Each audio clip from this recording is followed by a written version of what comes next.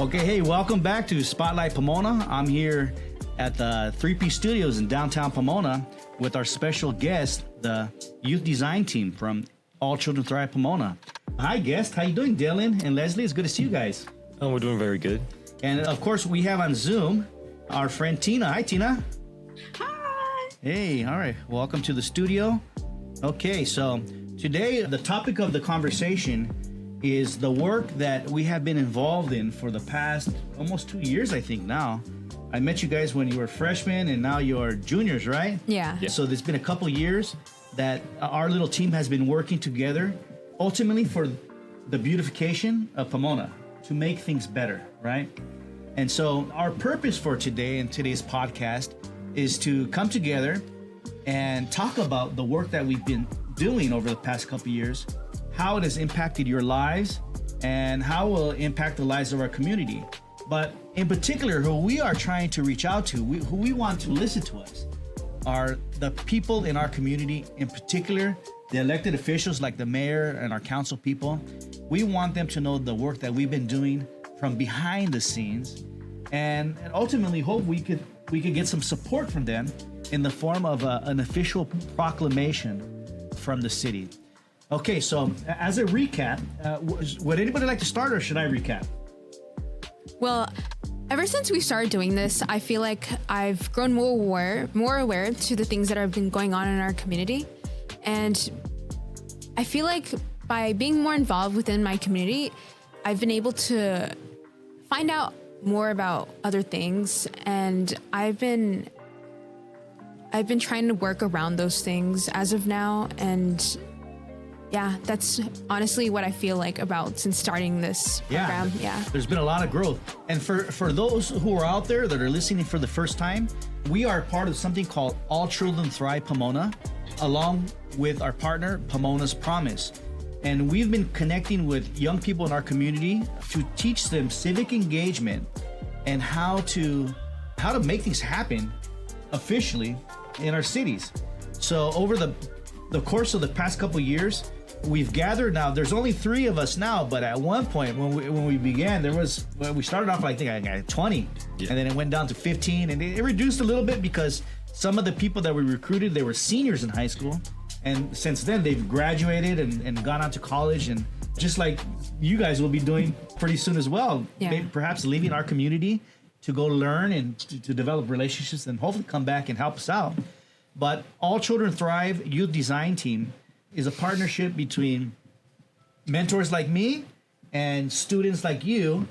And we hope that we've engaged you over the past couple of years and have taught you some things, have provided some good mentorship. But our ultimate goal was to really look at the green spaces within our community, our parks, our community gardens, and other green spaces, and to really look at them and to assess them, because green spaces are important, yes? Yeah. So now let's get back to the green spaces.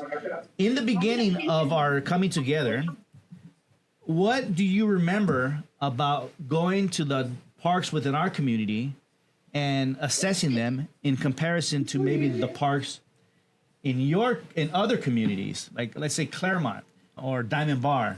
One of you guys please share with us the difference between Pomona Community Parks and parks in other cities that are adjacent to us. Well, I do remember that the parks from the other cities had other features that weren't featured here in Pomona. I'd say maybe like for dogs, when they use the restroom, they had like bags to like pick up their feces in. And also I remember the parks here are very dirty, uncleaned. And I remember one park in specific, I don't know which one, it had a system for like every time the bathroom was cleaned, like a little audit log or whatever. Yes. So like when you go to restaurants, you usually see that little paper behind the door that will tell how many times an employee has come in to, clear the trash. So yes, at other parks they had that as well. So it showed the community that, yes, this park was checked on today and cleaned up, yes? Yes. All right. What are your thoughts? So I noticed that many other parks had shades where playgrounds were located. And yes, very important. Yes, I believe when I was younger, I would go down the slides during summer, and it burned. It burned so much. Yes. It was terrifying. And so having that shade above of the playground is just an amazing thing to have, especially for children who get burns during summer, of course, due to the heat that the plastic gains from. And I honestly think that shade, just pure shade, would honestly complete everything. Yes. I remember growing up, I took a couple of you guys to the park that I visited when I was a little kid. It was called Sycamore Canyon Park in Diamond Bar. And they had a big metal slide. Now, most of the slides are plastic. But I remember going down that metal slide when it was so hot in the summer. And it would just burn your, because we're wearing shorts at the time. Yeah. But still, the plastic is still just hot. So that is a necessary, Leslie. In this day and age, it seems like it's only getting hotter, and the summers are so much hotter than they were maybe when I was growing up, that just that little bit of shade it's important, right? Yeah. For kids to be able to play comfortably and not go home with burned nalgas, huh? Yeah. Okay, what are some of the other things that you might recall about, let's say, our parks that are in contrast to parks in other communities? I also noticed one of the parks in Claremont, I believe, had a gym system near the playground, which also had shade. It was a sort of gym equipment system where I believe that the parents could work out, or I guess grandparents could work out while also simultaneously looking at their children to see if they were okay. And they always had eye contact with them because the gym equipment was in front of the playground. So I think that was really cool. That's a wonderful observation. Yes, children were able to play. And this is we think about, again, the grandparents. When grandparents are providing childcare while the parents are working, grandparents still need to exercise and move the body, and they could take their little grandchildren to the park, but also with an eye distance, work out themselves while the kids are playing. What a great intergenerational, what they call amenities to the park. Yeah, that was cool. What do you I remember think? that part in specific, though. That park was in Chino. And that park in specific, it had a garden and an area for people to come explore and then also take any vegetables or fruits they needed. That was something that stood out to me. Something else that also stood out to me from a different park is that they had learning activities to engage the kids and not only just have them learn out in their classroom, but also outside and in the outdoors. Yes, a good memory. Now, that park was in, I believe it was it Montclair or Ontario? It might have been Ontario, but that park had a community center. It had a community garden. And exercise equipment. It had children's playground, and it had baseball fields as well. So you had 5 things that family members can come and enjoy in all kinds of different ways. And it was very organized. It was clean. I didn't see very much litter. The restrooms were open. The activity center was open. And I believe that park also, in comparison to, let's say some of our Pomona parks where the community center is only open after when school gets out. Yeah. This also had a senior program as well. So this is open from the morning till the evening. So that was very much an ideal park, right? Yeah. To go to. That was wonderful. Good memory. Yes. Some of the things that disheartened me while going to the park. Now, I have 2 small children who you guys have met, a 7 and 9-year-old, and we play baseball in our family. And my boys were enrolled in Ted Green Baseball League. And so when we would go to that park, man, the restrooms, there was no door stalls in the restrooms. It was often full of graffiti. There was no hand soap. There was maintenance issues within those restrooms. And often when we would go there would be a homeless person that was taking a bird bath or had all his stuff sprawled out on the floor. So we'd have to go around them. So it was kind of uncomfortable between the graffiti, the broken maintenance, the things that were happening there, no soap. You can't even drink water, you know. I mean, it just looked disgusting, And it was, again, disheartening for a parent like me. And when I had my little boy refusing to go to the restroom, number 2, he said, "No, take me home," Yeah. It's no parent really wants to be at a park and be relaxed and want to stay there for at least an hour for their children to say, "No, Dad, I'm not going to go to the restroom here. You have to take me home." Then you got to pack up and leave. Yeah. You probably don't want to come back. You know what I mean? Yeah. So those are the states of some of our green spaces within our community. However, also that let's shine some positive lights on Pomona. You guys both got to visit Lopez Urban Farm, yes? Yes. All right, so Give me whatever you remember. What stood out at Lopez Urban Farm? Another green space. It was very spacious, and it had a lot of trees around. So it wasn't like there was a lot of shade around. It was a very nice area too. Shade's important in California, yes? Yeah. Yeah. Yeah, I really like that they had this stall where they sold a lot of the community crops that they held in their same garden. Yes. And I thought that was honestly a very smart thing to do. And it was honestly very enjoyable to see. Yeah. They also like have grown tremendously in the last couple of years. You guys know the word bodega? Oh yeah, they have Like a little store, right? store. So they have a little bodega that they made out of a shipping container. Oh yeah. And they sell give the out items. free. Yeah. They either sell or you could either buy something. Like I've bought things from there. But Yeah. if you don't got any money, they gift it to you. Yeah. So we take care of all economic parts of Pomona. I remember they had soap. I got soap there because they had this really nice soaps. Yeah. But and I've given stuff to that bodega to give to other, like some big olla, some big pots Yeah. that people can make menudo or pozole in. I had a couple extra.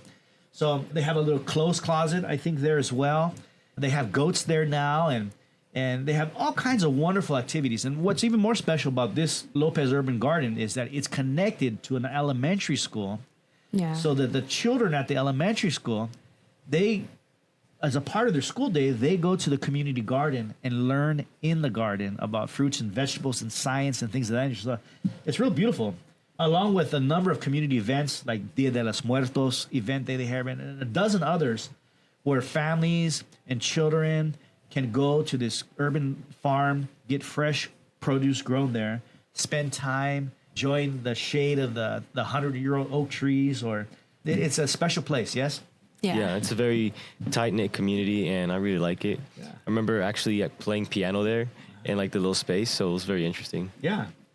And yeah, that is kind of cool. And so now, since we have started getting together, there has been some positive change. I know that there has been one park built in Phillips Ranch that is a doggy park in particular. So that's where you find your little doggy bags, you know what I mean? But there's only one. And right now, in the front of City Hall, the Civic Center, in front of the courthouse, they have been building an all-access family park that is going to be the newest addition to our park system here in Pomona. And this is a project that was spearheaded and championed by the mayor of our city, Mayor Tim Sandoval. And it if I remember correctly, a community member had approached the mayor one day, and she said, hey, none of the parks within our community have all access facilities. I have a small child. I have children that have disabilities, and nowhere in Pomona do they accommodate for these type of children that have disabilities. Yeah. And so I guess it inspired him, and they moved forward into creating the next park right in our civic center that is going to be all accessible. So children of all abilities will be able to play and hang out. But what I'm excited about is that you guys while you're a teenager, you guys get to see a new park built. And I've been working on, I put an idea in the city council's head that let us put a time capsule together. Ah. You guys know what a time capsule is? Yes? Yeah. So can you imagine, again, you guys are high school students now, but the videos and the pictures that we make and that we've been hanging out, I'll put it on a flash drive or something, so that when they bury it, and maybe 100 years from now, the future Pomonians will be able to see our pictures and our faces and our podcast as a part of the fabric of Pomona's story. Yeah. You know what I mean? Yeah. And you guys will be able to see a new park and share with other people, and so it's kind of cool. Yeah. That's cool. However, there are still at least 20 parks in Pomona that need a lot of love. Yes? Yeah. Now, tell me, what district, do you guys know what district you live in and who is your council person? Yes. Okay. I'm from District 3. Okay, District 3. I lived in District 3 many years ago, and that's the south of Pomona, yes? Yeah. And so do you know your council person's name? Is it Victor? Not No, Victor. No. it's Miss Garcia. I think. Yes, that's Yeah. right. And she is a teacher at Pomona Unified School District. So she loves kids and she loves education, and that is your council member. Now, what is the closest park to you, Leslie? The closest part to me? Yes. Within walking distance. If you I had to would walk. say it's Washington Park. Okay. Now, Washington Park, we've been there a few times. Yeah. They've made some The improvements. basketball court looks nice. Shout out to Joe Dead, the artist. You know, he was painting that basketball court, and those colors brought so much life and energy to that little basketball court, right? Yes. I think they're fixing the restrooms. Oh, I saw a post on Instagram that they put a new mural around the community center, and it's Oh, really I think cool. I've seen that. Yeah, I've seen that. Yeah. It's very ethnic, right? They Yeah. got some Aztec images, and so I thought it was beautiful. Yeah, you know? it's amazing. I'm not too sure what they're doing in the restrooms yet. I know they have some plans, because if we've all visited their restrooms, and they're caca. Yeah, Right? yeah. So I think they have some new plans on addressing that. Oh, we forgot another park that was built within our time. Hamilton Park. Yeah. Can you tell us about Hamilton Park? Well, I haven't personally visited, but based off what I've seen, it's very nice. I think it's like 3 stories high or 2. Well, it looks larger. Well, the playground. The playground, They yeah. probably have 3 tiers of the jungle gym thing they have, and they got somewhere to hang piñatas. A nice shack too, right? A nice little shack. Yeah. New restrooms that are clean, and then it's a great park. And every time it's right in the middle of the neighborhood. Yeah. So almost any part of the day, when it's 11 in the morning or 7 at night on a summer, there's always community members there. I always see children playing. You know what I mean? And it's a good feeling. They got art there. Yeah. Right. They got some cool art, and people that want to play soccer, or it's a well designed, and it was a good effort on the part. So now it must be nice, because for you guys, because the work that you have been doing within All Children Thrive Youth Design Team, you've actually seen some growth within the time that you've been working. In example, the Hamilton Park, right? Also, Martin Luther King Park. Oh, also MLK Park. Tell us Yes. about that. Well, I actually pass by there like almost like every single week, since I have to go to like the gym and everything. Do you live in District 3 as well? 3 or 2. 3 or 2, okay. It's like on the border. Okay. Of both. And well, I remember when they tore down the whole park and they were starting to build it and the new one. And I saw improvements in like the infrastructure. I mean, most of the playground did stay kind of relatively the same, but it was just new equipment. And I've been seeing more people like actually enjoying the park, especially like on Easter or like for birthdays. Yes. So like it's more live than before. Yeah, I know at Ganesha Park and also at the Ted Green Park, they've taken out the wood chips, and they put that soft padding. And I think at the Ted Green, they might have done some improvement on the playground stuff as well, but that restrooms will still need to be addressed. So it certainly feels like, because we have been doing our best to observe, to assess, and to communicate what we've seen to our elected officials, and it looks like some work is actually being done. Yeah. Right. Yes. So now, kind of transitioning as we move the conversation, and if we're talking to the mayor and the council people right now, what would you like to share with them in regards to, I guess, the future of Pomona and the possibility of the Adopt-A-Lot program? So, and before they answer that, if one of you guys can share, what is an Adopt-A-Lot? What is that? You know. Well, the Adopt-A-Lot program basically gathers a lot where most of the community believes needs renovation, and then Adopt-A-Lot plans out a schedule in order to create it into a recreational community center. Ah, yes. Well, not a community center, but maybe a community gathering place. Gathering place. Because like Green space. it's kind of lower than a pocket park, right? You got a park, you got a pocket park, and then you got an Adopt-A-Lot. So the way that I always like to see is that if you've ever been walking down the street somewhere and there's that empty lot on your block, whether there's a house that was torn down or a business is just overgrown with grass, or maybe there's junk that people just throw there because a mattress or something. The one next to Angelo's Burgers. Right. Yeah. Right. Or there's again homeless people maybe gathered because, like I said, so a blighted area within our community, and a lot that's empty and has been empty for a while, that is just kind of a magnet towards ugliness. I don't know. Yeah, Again, taking up trash, space. ugliness, all the growth. Right. Yeah. So the Adopt-A-Lot is identifying a little corner in Pomona that needs some love, right? A little love and light. And so once we find those places, we do our best to, well, one, again, make an assessment. Who does it belong to? Is it someone that lives in your community? Is it an absentee landlord? Maybe someone that owns the land but lives in Texas? Or does it belong to the city or the school district, right? So one, we make our assessment, who does it belong to? And then two, which we are in the part right now, is finding the champion as our council member or mayor, finding a champion that will help us to recreate that ugly, blighted spot within our community to become like a little community center where people can walk and their dogs, their kids, maybe ride some bikes, but somewhere that feels safe and clean, that has been traditionally for many years, just an ugly part of our community. Yes? Yeah. Yes. So can you guys imagine right now where you live, like a spot that would fit that need of a little love? Well, a spot that would fit that need necessarily. The Samos by Gary High School, there's this one little spot next to like an apartment complex. Yes. That's just it's been empty for ages. So Right.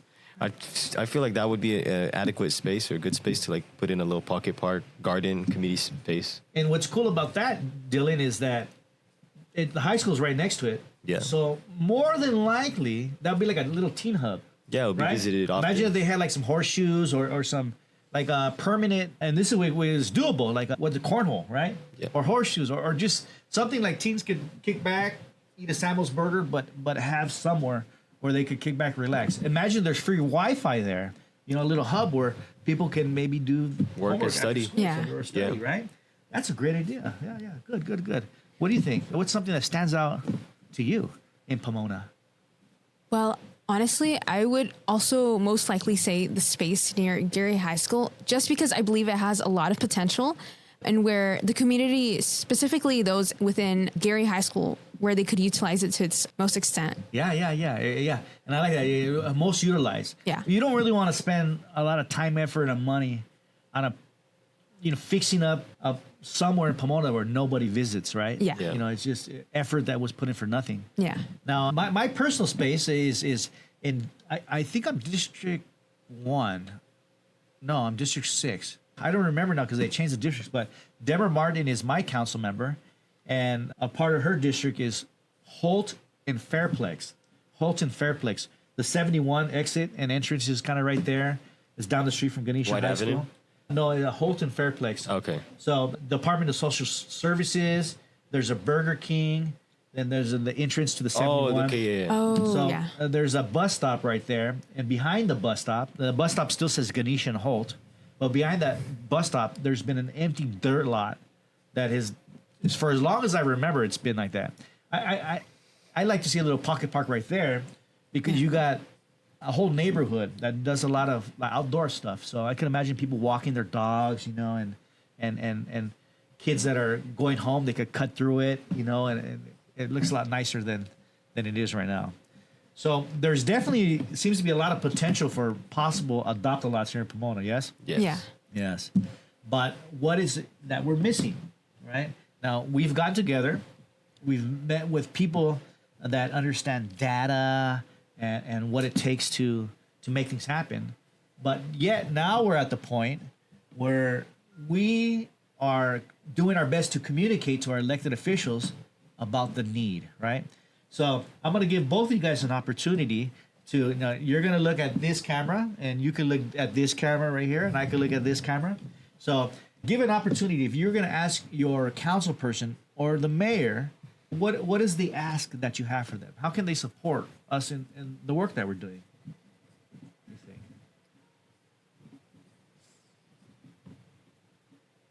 Well, I would ask them to be supportive in a way that would, I guess, help us to reach our goal, mostly just by, I guess, telling us to what extent we can complete our work to. Yeah, that's what I would say. Just a bit of clarity and by being specific, yeah. All right. Yeah, to help us get a little more clarity. And then when I hear you say that, it's not one person can do everything, but every person can do something. Yeah. And so our elected officials, they can be very helpful, right? Where we're not able to put in the help, right? So say, for instance, when we need, what we're asking is for a proclamation, right? So You guys, we're going to one day visit the city council and use our 3 minutes of public comment to say, hey, this is who we are, this is what we do. We would really like the support of the city council to make one of those proclamations. And that's kind of like a promise from them saying, yes, we care about green spaces in our community. And yes, we're willing to make an effort to beautify these green spaces. So a proclamation is a piece of paper that says that our elected officials are going to put the time and the attention to these things as citizens and as their constituents, things that we care about. Yes? Yeah. So we need, you're absolutely, we need them to pay attention to some of the little details. Dylan, what do you think? I'd like to say that I'd ask for their support and their guidance with this, especially, and to listen to the youth, because, I mean, it's like they say, the youth, we're not the future, we're the now. So we are the now, yes. So listen to our voices and what we have to say about the parks and green spaces in Pomona. So. Yes. Now, Dylan, I want you to take this opportunity. You and I, we went to go to Sacramento in the beginning of April, and we met with adults and students from all across California that are also working within their communities to make positive differences. Yes, right? yeah. How has that impacted, I guess, your thought process in what we're doing in Pomona? Well, it just helped me. It really helped me like network with more people and help me like with my public speaking as a whole. But in terms of Pomona, it's helped me like look at what we're doing, our work, from a different point of view and a different lens, since I'm getting to see what other communities are doing and what we can do that they're doing that we're not doing. So things we could implement and improve in our journey. And so we also got to do something very important. We visited our elected officials, our legislators, and Michelle Rodriguez, and we went by her office, and so she is our assemblywoman, and then Susan Rubio, right? And so we got to visit the two of them. Well, we didn't get to meet them personally because they're busy in Sacramento, but we got to meet their aides. Yes. Do you think it was important for us to communicate our vision to our elected officials here? Yeah, of course, it's important to communicate the vision because it's like a way of putting your foot in the door and saying, look, we have this vision for our city and this is what we want to do. Just want to let you guys know and what we want to do. Maybe you guys can help and support us. So, and so as we visited our California elected officials, Leslie has been working with Norma Torres, our congresswoman, our federal elected official. So how has your experience working with Norma Torres' office have helped you to be more civically engaged and to be able to share some of these ideas? Yeah, so we've been advocating in other areas such as housing, healthcare, of that sort. And honestly, opening my eyes to these sort of topics and areas, they've just kind of like opened my awareness to so many things. So it's incredible to see, and the different ways that people advocate for these types of areas. It's incredible. Yes. Now you said again, housing and healthcare. Do you guys think that housing and healthcare does having green spaces impact housing and healthcare? Do you think? Yeah, I do believe that green spaces do impact both housing and healthcare. Healthcare can be both psychological and also physical, so that's why. Yeah. Well, I know one thing. It's when we think about housing. So it seems that in California, at least within our area, there's not a lot of new single-family homes that are being built. Yes. It seems like high-density apartments, right? There's a lot more apartments than homes being built. Now, I live in a home where I got a backyard where my little boys can play on the swing and they could ride, a skateboard or scooter in the driveway. But there's going to be a whole generation of people that growing up in apartments where they don't have that green grass or that playground. How important is it to people that live in apartments to have parks within walking distances? I'd say it's very important since they actually need space, since it's very, like you said, high density and everything's all close together. I'd say it's very important for them to have like a space where that's spread out and where they could actually enjoy and just hang out with people and yeah. And again, the second thought is, again, when you said healthcare, right? For what I come to understand after the whole COVID thing is that we need vitamin D, right? And you get vitamin D from the sun, largely, right? Yeah. And from also learning about like documentaries that talk about grounding or earthing. It's good to be like lay next to a tree or sit down on the ground or take your shoes off and walk in the grass. It's important for our overall health, right? When many people were stuck in their homes and asked not to go outside, I still saw people, but in small amounts, but going to the park where they can be still socially distanced, but just be out of their apartment, or just stuck in that little space, right? Yeah. So it seems that parks and green spaces like Lopez Urban Farm, they have a big effect on our health and our well-being. Yes? Yes. So, and we thank you for advocating, because again, green spaces are important to our community. And if we remember correctly, when we first got together, when we had, again, 20 youngsters, we did a little imagination exercise, and we asked you guys, tell us some about your memories of parks growing up. What are some of your key memories about parks growing up? You guys remember some of the answers that people had? Yeah, like playing on the slides, playing soccer, basketball, being part of leagues over there, like in Washington Park. I remember I mentioned to the representative aide that I grew up playing soccer at Washington Park, but the restrooms weren't really that clean, so it wasn't really enjoyable as I would have wanted it to be. So. Yeah, I also believe hearing about recreational centers, playgrounds, of course, and having those fields to play sports on. Yeah. Remember the birthday parties, right? Yeah. I remember, the baby showers. You get hit in the piñata, water balloon fights. Growing up, for me at least, we didn't have a lot of video games or TV when I was growing up as a kid in the 80s. So it's just still a time where, after you have breakfast on a Saturday or something, you're expected to go and play. Go and not come home until the lights come on. Yeah. And if you came home, then you'd have to do chores and work.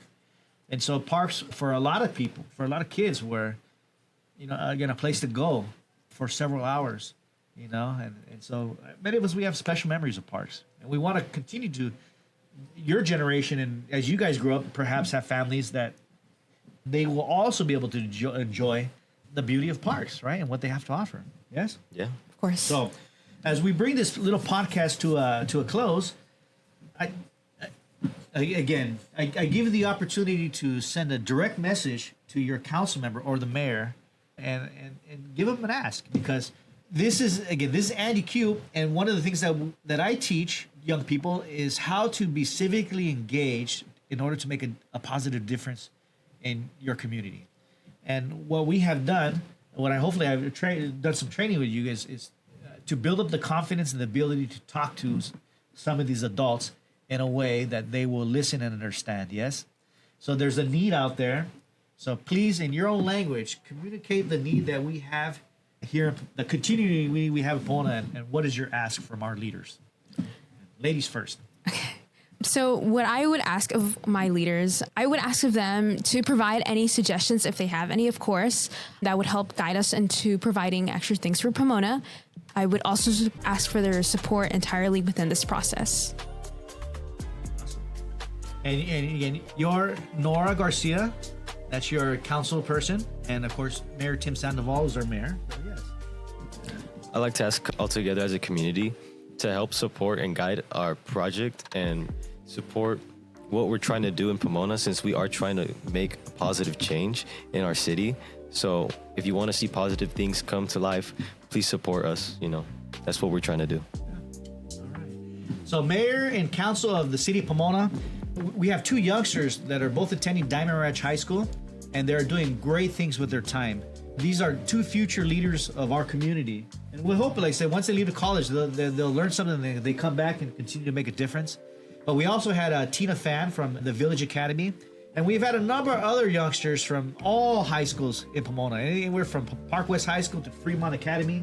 And so many of our young people have been trained and have been introduced to the idea of making a difference through community gardens and green spaces within Pomona. And so we thank you for all the good efforts that you do, but there's always a need, and we really appreciate you listening to the young people and the needs that we have as a community So please do your best on your part by either supporting us by helping us with the proclamation, support us by helping us find an adopt a lot project that we could invest our time and effort into to make our community better. But also, I know this is a hard one because it takes money, and sometimes money is not always easy to find, but there are more than 20 parks here in the city of Pomona that their restrooms need love. And as a parent, or as high school students, or brothers or sisters, all of us want to be able to go to the park. And if we need to go to the restroom, we want to go to a clean, Restrooms. safe restroom. Yeah. Yes? Yep. So I don't know if that's too much to ask for, but we would really appreciate it. And so, and you know, I thank you for being here. And again, I applaud your effort. You guys are doing great things within your community and school.